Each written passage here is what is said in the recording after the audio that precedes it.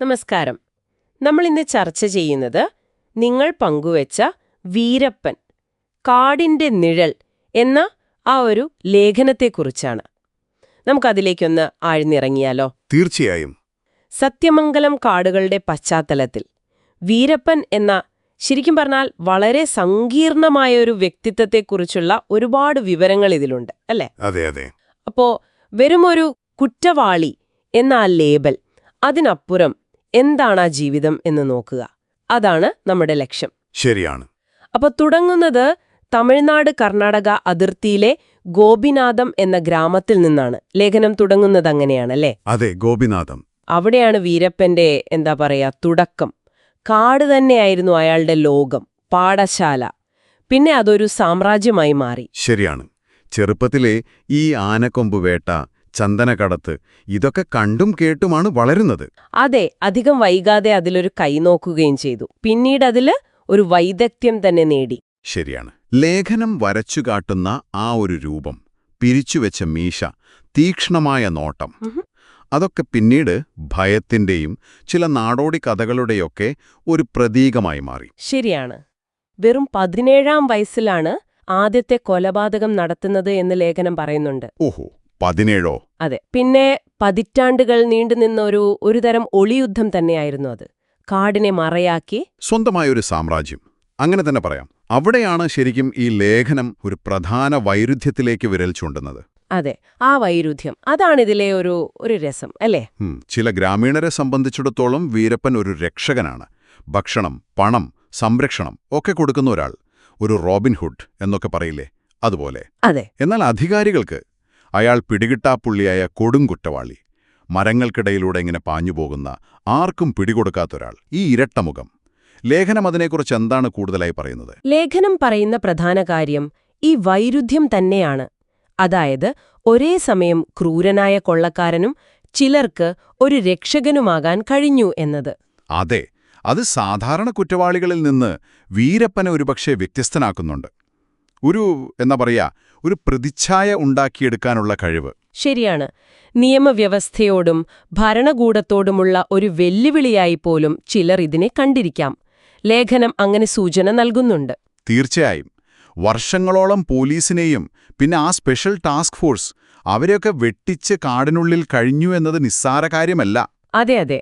ഹെലികോപ്റ്ററുകൾ, വലിയ ഇൻഫോമർ ശൃംഖല, കമാൻഡോ ഓപ്പറേഷനുകൾ, ഇതൊക്കെ ഉണ്ടായിട്ടും വീരപ്പനെ കണ്ടെത്താനോ പിടിക്കാനോ പറ്റിയില്ല എന്നത്, അത് അയാളുടെ തന്ത്രങ്ങളും കാടിനെക്കുറിച്ചുള്ള അറിവുമൊക്കെയാണ് കാണിക്കുന്നത്. ശരിയാണ്. ആ തന്ത്രങ്ങൾ പലപ്പോഴും വളരെ നാടകീയമായിരുന്നു.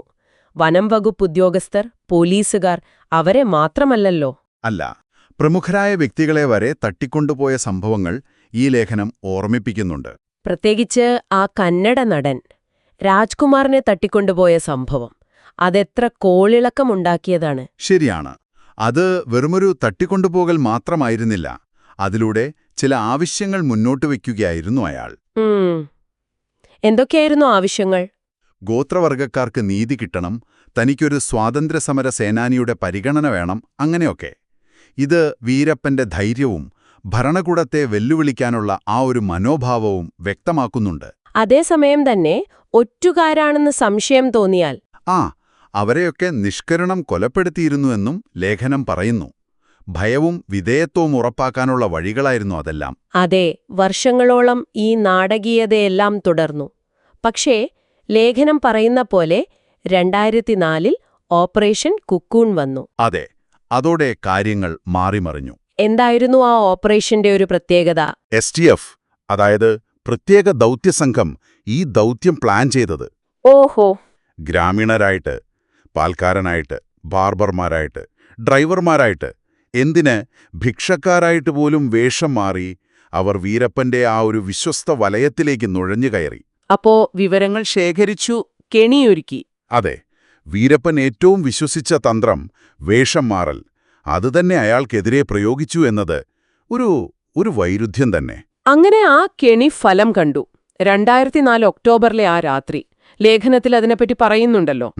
ഒരു ആംബുലൻസിൽ കാടിന് പുറത്തേക്ക്, ഒരുപക്ഷെ ചികിത്സയ്ക്കായിരിക്കാമെന്ന് വിശ്വസിപ്പിച്ച് അങ്ങനെ വീരപ്പനെ എത്തിക്കുന്നു. അതെ, എന്നാൽ പപ്പാരപ്പെട്ടി ഗ്രാമത്തിൽ അവരെ കാത്തിരുന്നത് വേഷം മാറിയ ഉദ്യോഗസ്ഥരായിരുന്നു. എന്നിട്ട് ആ വെടിയൊച്ചകളോടെ സത്യമംഗലം കാടുകൾ കേട്ട ആ പേരിന് അവസാനമായി.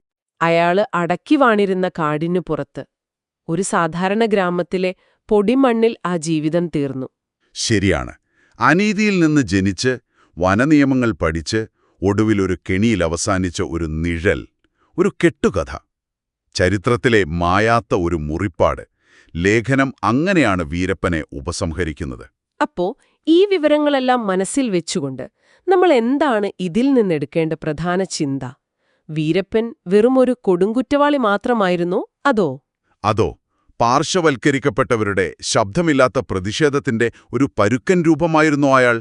അതാണ് ഈ ലേഖനം നമ്മളെ ഓർമ്മിപ്പിക്കുന്ന പ്രധാന ചോദ്യം. ശരിയാണ്. അപ്പോ ഈ വിവരങ്ങളുടെയൊക്കെ അടിസ്ഥാനത്തിൽ നിങ്ങൾക്ക് സ്വയം ചോദിക്കാവുന്ന ഒരു കാര്യമുണ്ട്.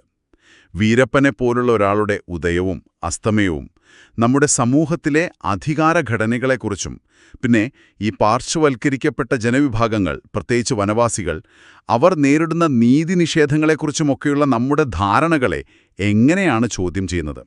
ആ ചോദ്യം അതിവിടെ പ്രസക്തമായി അവശേഷിക്കുന്നു.